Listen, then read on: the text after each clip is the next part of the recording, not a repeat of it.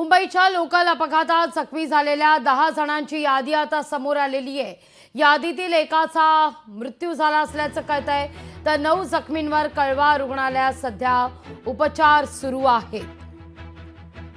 ही यादी आता समोर आली असल्याची माहिती समोर येते। अपडेट आपण या क्षणाचं पाहतोय।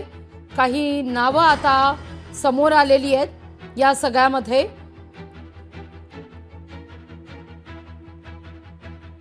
यामध्ये 9 जखमींवर सध्या कळवा रुग्णालयात उपचार सुरू असल्याचं देखील कळतंय।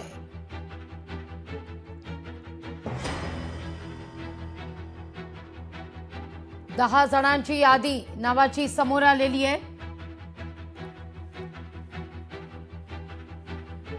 यामध्ये एकाचा मृत्यू झालेला आहे, तर 9 जखमींवर सध्या कळवा रुग्णालयात उपचार सुरू आहेत। या घडीची ही महत्त्वाची बातमी आपण या क्षणी पाहतोय। मध्य रेल्वेवरची ही दुर्घटना आणि या दुर्घटनेत काही जणांनी आपला जीव गमावलेला आहे। जखमींची काही नावं आता समोर येत आहेत। यादी आता जाहीर करण्यात आलेली आहे। 10 जणांची नावं असलेली ही यादी समोर आलेली आहे। यादीतील एकाचा मृत्यू झाला असल्याचं आता समोर येत आहे।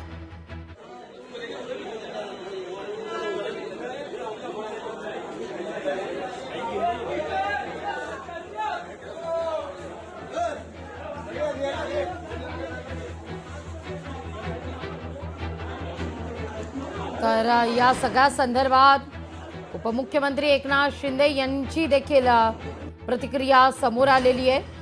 मुंब्रा स्थानकाजवळ आज सकाळी जी घटना घडली त्या घटनेनं आपण व्यथित झालो असल्याचं उपमुख्यमंत्री एकनाथ शिंदे म्हणतात। रोज सकाळी हजारो प्रवासी या मार्गावरून ये जा करतात। ही अतिशय दुःखदायक घटना आहे। मी मृतांच्या परिवाराच्या दुःखात सहभागी आहे। जखमींवर तातडीनं व्यवस्थित उपचार करण्याचे निर्देश आपण दिलेले आहेत। ठाणे कळवा इथल्या रुग्णालयांना हे निर्देश देण्यात आलेले आहेत। मी स्वतः देखील डॉक्टरांशी बोललो आहे असं देखील उपमुख्यमंत्री एकनाथ शिंदे यांनी स्पष्ट केलेले आहे। रेल्वे मार्फत या दुर्घटनेची चौकशी सुरू करण्यात आली आहे। ही अतिशय दुर्दैवी घटना आहे।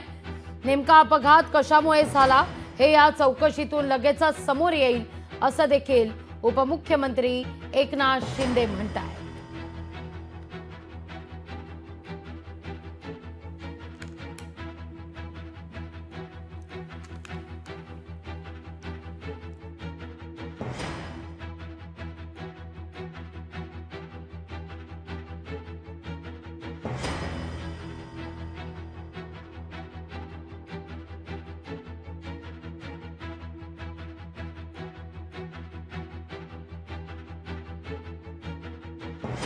कळवा रुग्णालयात सध्या उपचार सुरू आहेत। 10 जणांपैकी एकाचा या ठिकाणी मृत्यू झाला असल्याचं कळतंय। 9 जखमींवर कळवा रुग्णालयात सध्या उपचार सुरू असल्याची माहिती आता समोर आलेली आहे।